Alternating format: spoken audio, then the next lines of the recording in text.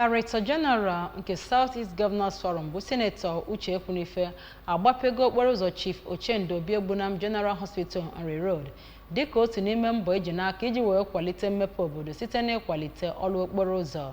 Ya bụ okporo ụzọ bụ nke dị 1 kilomita bụ nke alụrụ site n'aka Senator Ekwunife ma bụrụ nke gafere Agụlụ Enugu Ukwu Nri General Hospital Road nke agbapere ya na ndị ndu nakwa ndị ọ na-elu n'okwu n'obodo ahụ. Onye ọrụ anyị bụ Emmanuel Chigbata gara ya bụ mgbapụ okporo ụzọ maka ọrụ anyị ka o si wee gaa.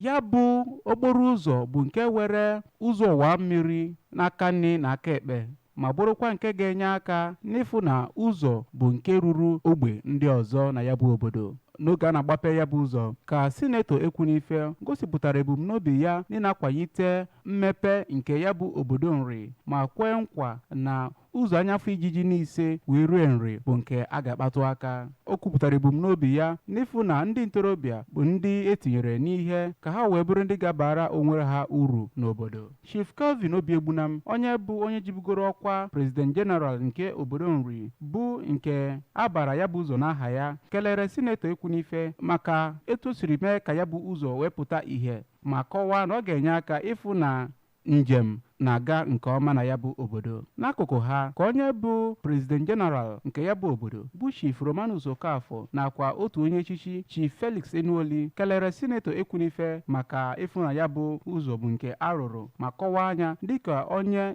ihe obodo ha na-amasị. N'akụkụ ha onye bụ otu onye ji okwu ya agba izu na ya bụ obodo Chief Patrick Egolum nakwa onye ndu ndị ntorobịa na ya bụ obodo bụ Comrade Nonso Jideobi kọwapụtara na ya bụ ụzọ ga-enye aka n'ịfụ na enwere mgbanwe n'obodo ha site na Nri. Abụ m Emmanuel Chigbata maka akụkọ ụwa ABS.